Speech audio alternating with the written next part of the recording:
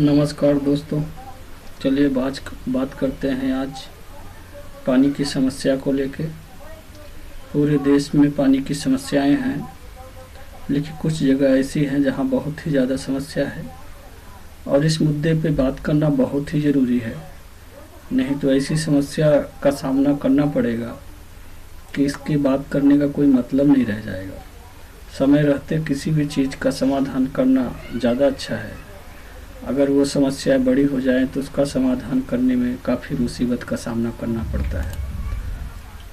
आजकल सबसे बड़ी समस्या देखी जाए तो पानी है, और पानी एक ऐसी समस्या है जिससे कोई अछूता नहीं है।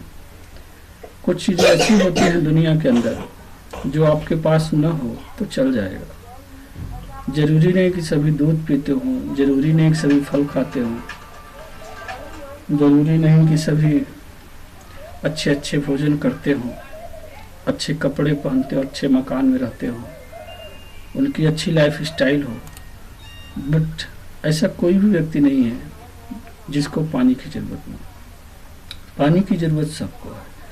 इसलिए पानी एक ऐसी चीज़ है, इसको बचाना, इसको अच्छे से यूज करना, फ्यूचर में किसी भी तरह की, वर्तमान में किसी भी तरह की पानी की समस्या का सामना न करना पड़े, इसके लिए हर गांव को, हर शहर को, हर समाज को, हर तरीके से और पूरे देश को इस पे अमल करना चाहिए।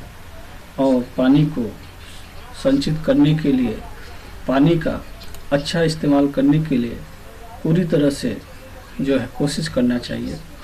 उसी कोशिश में एक कोशिश आज मैंने किया है कि पानी की समस्या को कैसे हम लोग दुरुस्त कर सकते हैं, कैसे पानी हमारे फ्यूचर के लिए एक अच्छा बचत हो सकता है। आज उसी पे बात करते हैं।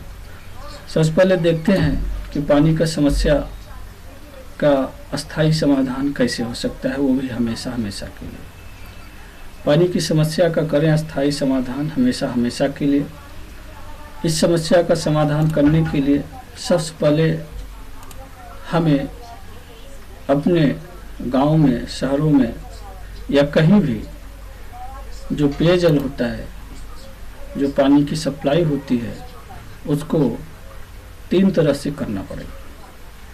पानी की समस्या का स्थायी समाधान करने के लिए भारत के सभी गांवों और शहरों को 3 तरह के पानी सप्लाई का आयोजन करना पड़ेगा। अब बात आती है कि ये 3 तरह का पानी सप्लाई क्या होता है। इससे पानी के संचय का या पानी की समस्या के समाधान का क्या मतलब है, तो हम आपको दिखाते हैं कि सबसे पहले हमें जो प्रथम पानी सप्लाई है वो होता है पेयजल। वो क्या होता है? पेयजल। अगर सबसे ज़्यादा अगर किसी चीज़ की ज़रूरत है बचाने की तो वह है पेयजल की, पीने योग्य पानी की।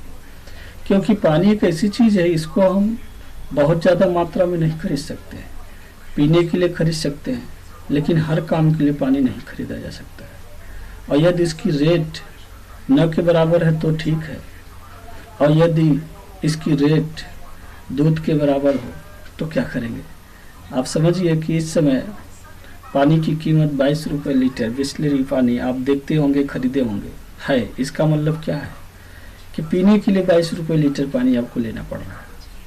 अगर आपको पूरे परिवार को पानी पिलाना है और 22 रुपये लीटर पानी आपको साफ शुद्ध लेना पड़े, तो आप सोचिए कि आपका सारा बजट तो पानी पे ही चला जाएगा।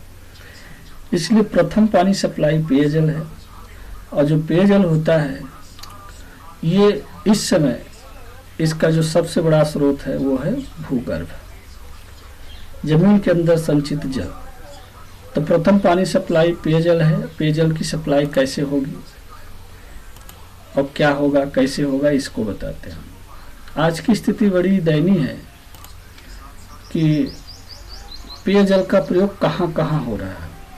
अगर देखा जाए तो पेयजल क्या है, जमीन के अंदर जो संचित जल है वो पेयजल है, और इसका प्रयोग कहाँ कहाँ हो रहा है। एक ज़माना था कि उसका प्रयोग आप कहीं भी करते थे, लेकिन अब वो ज़माना ऐसा नहीं है कि आप उसको मनमानी यूज कर सकते हैं। देखिए, आपको कृषि अर्थात सिंचाई में पेयजल का कितना धुआंधार उपयोग होता है। लोगों को ये भी नहीं मालूम होता है कि जो हम सिंचाई कर रहे हैं उस खेत में कितने पानी की ज़रूरत है।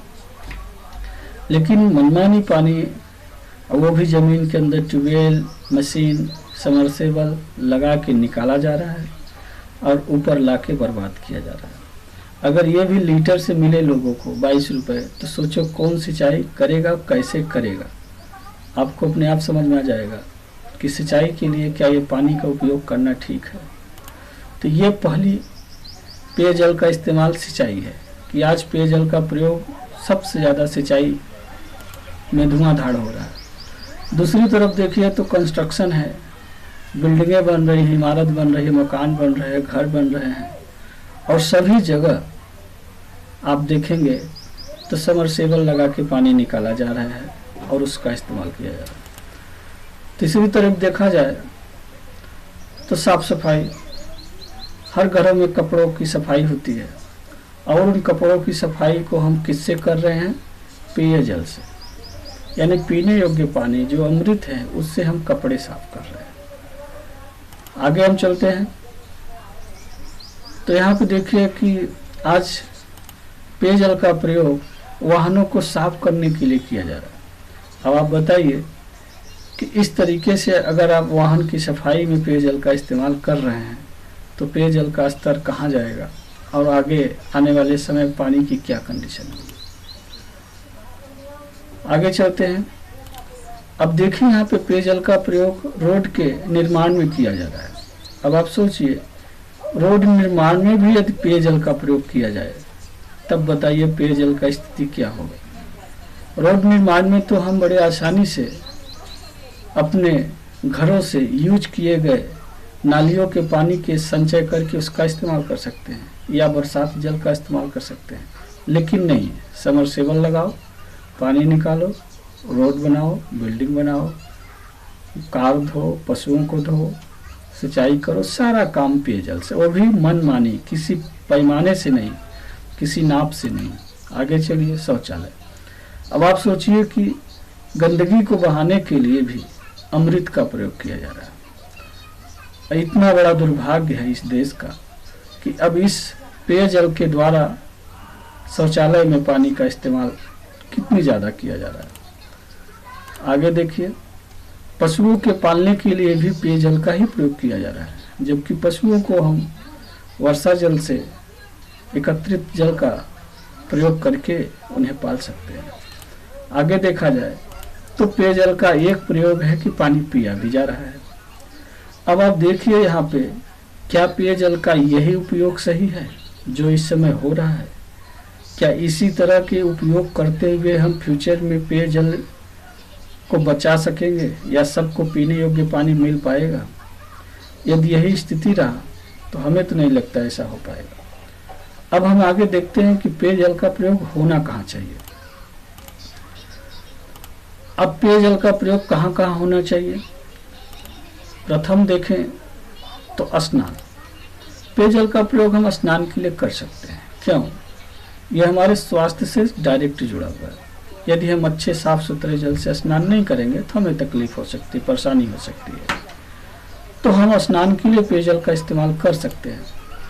और दूसरा, पानी पीने के लिए। दूसरा प्रयोग किसके लिए? पानी पीने के लिए। इन दोनों को छोड़ के किसी भी जगह पेयजल का प्रयोग नहीं होना चाहिए। और यदि ऐसा होता रहा तो बहुत ही जल्दी पानी की समस्या का समाधान एक दो गांव या शहर या देश नहीं, पूरे विश्व को देखना पड़ेगा। या वही स्थिति होगी, जो देश नादानी कर रहा है वो दूसरे देश से खरीदेगा। आज की स्थिति क्या है? हम पेट्रोल दूसरे देश से लेते हैं क्योंकि वहाँ पे है, हमारे यहाँ नहीं है तो हमें खरीदना पड़ेगा। कल जो चालाक है वो पानी को संचित रखेगा और पानी तो पेट्रोल से भी मांगा जाएगा, क्योंकि पेट्रोल पी के आदमी नहीं जी सकता, लेकिन पानी पी के जीना है। तो अब वो देश पानी पे धंधा करेगा, पानी का व्यापार करेगा और पानी को संचित करेगा। तो यानी किसी भी देश के लिए पानी एक बहुत बड़ा उद्योग के रूप में खड़ा है। आगे चलते हैं। ये हमने आपको दिखाया किस तरीके से प्रथम जल यानी पेयजल का प्रयोग किया जाना चाहिए। और कहाँ हो रहा है, कहाँ रोकना चाहिए। द्वितीय पानी सप्लाई जो गांव में या शहर में या क्षेत्रों में होना चाहिए वो क्या होना चाहिए। द्वितीय पानी सप्लाई सफाई जल, जितनी भी साफ सफाई के काम हम करते हैं, बर्तन साफ करना है, कपड़े साफ करना है, घर की सफाई करनी है, कार की सफाई करनी है, पशुओं की सफाई करनी है, किसी भी तरह की साफ सफाई में हम किसका प्रयोग कर सकते हैं। यहाँ पे देखिए कपड़ा साफ करना है तो इन सभी के साफ सफाई में हम प्रयोग कर सकते हैं सफाई जल का, यानी वर्षा जल। अब वर्षा जल जो होता है उसका प्रयोग हम सफाई के लिए कर सकते हैं। अब यहाँ वर्षा जल से आपको यूज करने का तरीका क्या होगा, क्योंकि वर्षा तो आपके समय पे होगा नहीं। अब आपको अपना काम करना है तो वर्षा हो जाए। वर्षा एक नेचुरल है। हाँ, एक समय होता है कि वो खूब होता है, लेकिन वो जब खूब होता है तो उसे हमें रोकना पड़ेगा। उसके लिए हमें कच्चे पक्के जैसे भी हो सके तालाब में उस जल को संचित करना पड़ेगा, और फिर उस जल का रिटर्निंग वहाँ से आप मशीन के थ्रू, ट्यूबवेल के थ्रू, किसी भी माध्यम से उस पानी का प्रयोग आप सफाई के लिए कर सकते हैं। यदि आप इस तरीके से सफाई से संबंधित व पशुपालन के लिए वर्षा जल का प्रयोग करें तो वर्षा जल का एक बहुत ही अच्छा उपयोग होगा, और इस पानी को धीरे धीरे जमीन के अंदर जाने में भी मदद मिलेगी और हमारा पेयजल का स्तर भी अच्छा बना रहेगा। ये द्वितीय पानी सप्लाई है। अब यहाँ पे तीसरी पानी सप्लाई क्या हो सकती है, इसका क्या विकल्प है, यह है सिंचाई जल। अब सिंचाई जल हम कहाँ का इस्तेमाल कर रहे हैं इस समय? सिंचाई जल का इस्तेमाल कर रहे हैं पेयजल का, जबकि सिंचाई जल का उपयोग हमें करने के लिए अपने घरों में जब हम पानी को इस्तेमाल करते हैं, यूज करते हैं, तो वो यूज किया गया पानी किसी जगह नाले के रूप में, किसी जगह गंदगी के रूप में समाज के लिए एक सरदर्द बना है। यदि उसको हम पक्के तालाब, कच्चे तालाब में स्टोर करके और उस पानी को सड़ने के पहले सिंचाई के लिए इस्तेमाल कर लें, तो आप सोचिए सिंचाई जल में यूज होने वाला पेयजल कितना बचेगा और हमारा रेगुलर बेसिस पे यूज होने वाला जल का उपयोग कितना बड़ा हो जाएगा। और इन सब के साथ आप सोचिए, यदि इस तरीके से सिंचाई जल का प्रयोग हम करेंगे, संचित जल का, और तो हमारे लिए सबसे बड़ी बेनिफिट की बात यह होगी कि जो हम घरों में अपने पानी को लड़ाते हैं, नहलाते हैं, सफाई करते हैं और ये सोचते हैं कि ये पानी नुकसान हो रहा है, तो वो नुकसान नहीं हो रहा, वो रिटर्न फिर हमारे किसी काम में आ जाएगा। तो हम पानी को भी लड़ाने में संकोच नहीं भी करेंगे तो भी कोई दिक्कत नहीं है। ये तीसरी पानी सप्लाई है। इसके बाद पेयजल का स्रोत क्या है? पेयजल का स्रोत है भूगर्भ। भूगर्भ में पेयजल है, जमीन के अंदर है। सफाई जल स्रोत क्या है? सफाई जल को संचय करना पड़ेगा किसी पक्के तालाब में, तभी आप कर सकेंगे। उसी तरीके से सिंचाई जल है, सिंचाई जल को भी आपको संचय करना पड़ेगा, तब जाके आप इसका उपयोग कर पाएंगे। उसके बाद यहाँ पे देखा जाए तो पेयजल को पानी टंकी के द्वारा पाइपलाइन से सप्लाई कर सकते हैं। और फिर यहाँ पे देखा जाए तो जो हम वर्षा जल का इस्तेमाल करने के लिए तालाब बनाएंगे, वहाँ से भी पाइपलाइन के द्वारा फिर से रिटर्न हम इसका प्रयोग घरों में करवा सकते हैं। अब आगे देखा जाए तो हमारे घरों में यूज किए गए जल को अगर एक जगह एकत्रित किया गया है तो उसको भी हम पाइपलाइन के थ्रू सिंचाई के लिए इस्तेमाल कर सकते हैं। अब ऐसा लगेगा कि ये तो बहुत बड़ा बजट आ जाएगा, लेकिन इन सब का प्रयोग न करने से जो नुकसान हो रहा है और उस नुकसान पे जो अलग अलग स्कीमें चलाई जा रही हैं, उनसे तो बहुत ही कम बजट आएगा। अब आप सोचिए, यदि आप घरों में जो पानी इस्तेमाल करते हैं उसको नाले के रूप में, कीड़े उसमें आ रहे हैं, कहीं शहर के बाहर, कहीं रोड पे, कहीं कहीं वो पानी बह रहा है और उस पानी से मच्छर पल रहे हैं, बीमारियां पल रही हैं। फिर उस बीमारी के लिए अलग अलग सरकार योजना निकाल रही है। फिर उस मच्छर को मारने के लिए मोर्टीन बनाए जा रहे हैं, अगरबत्ती बनाए जा रहे हैं, मच्छरदानी बनाई, मच्छरदानी को बांटा जा रहा है। ये जो सारी खर्चे किए जा रहे हैं किसके लिए किए जा रहे हैं? उसी मच्छर के लिए। और मच्छर आए कहाँ से? उसी सड़े हुए गले हुए जल से। तो उस जल का उपयोग हो जाएगा तो इतना बड़ा बजट कहाँ खर्च होगा, आप बताइए। सप्लाई का प्रयोग करते हैं तो उसका अलग अलग कहाँ कहाँ कैसे कैसे फ़ायदा हो सकता है, उसके बारे में हम आपसे बात कर रहे हैं। देखिए, सबसे पहले भूगर्भ जल का यूज व लाभ। यदि हम भूगर्भ जल का यूज सही तरीके से करते हैं तो उसका हमें लाभ किस तरीके से मिल सकता है उसको देख लेते हैं। सिर्फ स्नान, पीने व बर्तन सफाई के लिए इस्तेमाल करने पर कभी भी भविष्य में पानी का संकट नहीं होगा अगर भूगर्भ जल का यूज आप करते हैं।